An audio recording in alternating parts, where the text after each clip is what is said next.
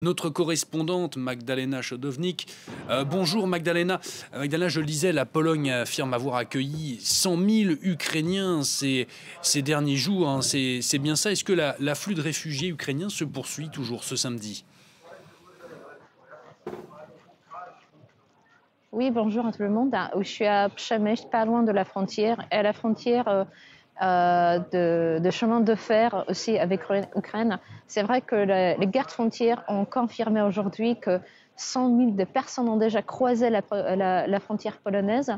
Et il y a beaucoup de gens de l'autre côté, du côté ukrainien, qui attendent toujours. Je parlais avec des gens de l'autre côté, ils me disaient que parfois ça prend, s'ils partent en voiture, ça prend même 24 heures en fait pour passer la frontière. Le temps qu'ils arrivent ici à Przemyśl d'Ukraine, ils ont 5, parfois 7 heures de délai, mais ils arrivent souvent, ils arrivent toujours. Aujourd'hui, on attend quelques trains. Ce qu'on était dit aussi, que à Lviv, ils ont décidé de ajouter 3 trains en plus pour les civils qui veulent aller en Pologne. Donc, on fait face à un flux de réfugiés ukrainiens ici en Pologne.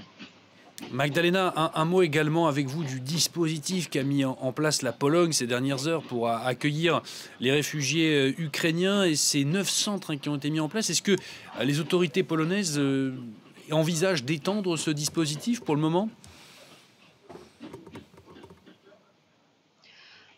En ce moment, tout à fait, on a 9 points d'accueil, mais il faut savoir que les points d'accueil sont juste le point de passage. Donc il y a beaucoup plus de points d'accueil en Pologne, dans le pays.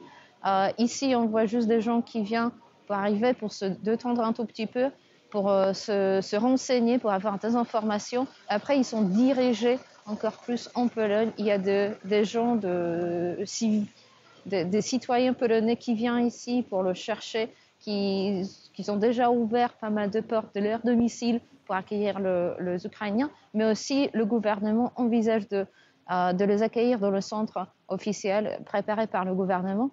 Donc tout le monde qui est ici, qu'on voit ici à Przemyśl, sont des gens qui juste passent ces points d'accueil pour en fait aller plus loin, soit en Pologne, soit dans les pays européens comme l'Italie, Allemagne, quand ils ont dit. Merci beaucoup Magdalena Chodownik pour toutes ces précisions. Je rappelle que vous êtes l'envoyé spécial de France 24, donc près de la frontière ukrainienne en Pologne. Donc